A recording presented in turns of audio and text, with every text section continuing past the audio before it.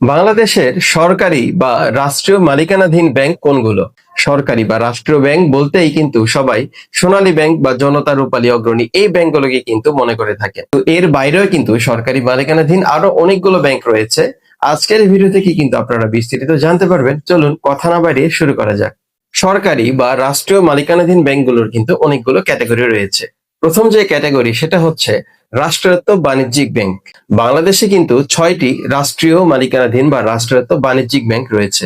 সেই ব্যাংকগুলো হচ্ছে সোনালী ব্যাংক, রূপালী ব্যাংক, জনতা ব্যাংক, অগ্রণী ব্যাংক, বেসিক ব্যাংক এবং বাংলাদেশ ডেভেলপমেন্ট ব্যাংক। দ্বিতীয় যে ক্যাটাগরি সেটা হচ্ছে বিশেষায়িত ব্যাংক। এই বিশেষায়িত ব্যাংকগুলোর মধ্যে একটি হচ্ছে রাজশাহী কৃষি উন্নয়ন ব্যাংক, আরেকটি হচ্ছে বাংলাদেশ কৃষি ব্যাংক।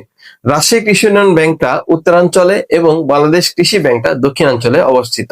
আরেকটি ব্যাংক হচ্ছে প্রবাসী কল্যাণ ব্যাংক। রাষ্ট্রায়ত্ত বাণিজ্যিক ব্যাংক এবং এই বিশেষায়িত ব্যাংক ওইদিকে 6টি, এই 3টি 9টি বাদেও কিন্তু আরো 3টি সরকারি ব্যাংক রয়েছে। সেগুলো হচ্ছে কর্মসংস্থান ব্যাংক, পল্লী সঞ্চয় ব্যাংক এবং আরেকটি হচ্ছে আনসার ভিডিবি উন্নয়ন ব্যাংক।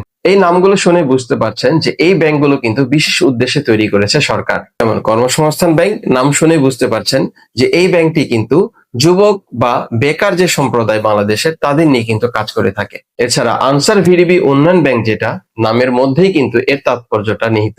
তাহলে রাষ্ট্রায়ত্ত বা সরকারি এই 12টি ব্যাংক সম্পর্কে আপনারা কে কে জানতেন অবশ্যই কমেন্ট করে জানাবেন। এই ভিডিওটি ভালো লাগলে অবশ্যই শেয়ার করে দিবেন সবার সাথে এবং আমার রাহেন ব্যাংকিং সলিউশন পেজটিকে অবশ্যই ফলো দিবেন। ইউটিউব থেকে দেখলে আমার চ্যানেলটিকে সাবস্ক্রাইব করতে ভুলবেন না।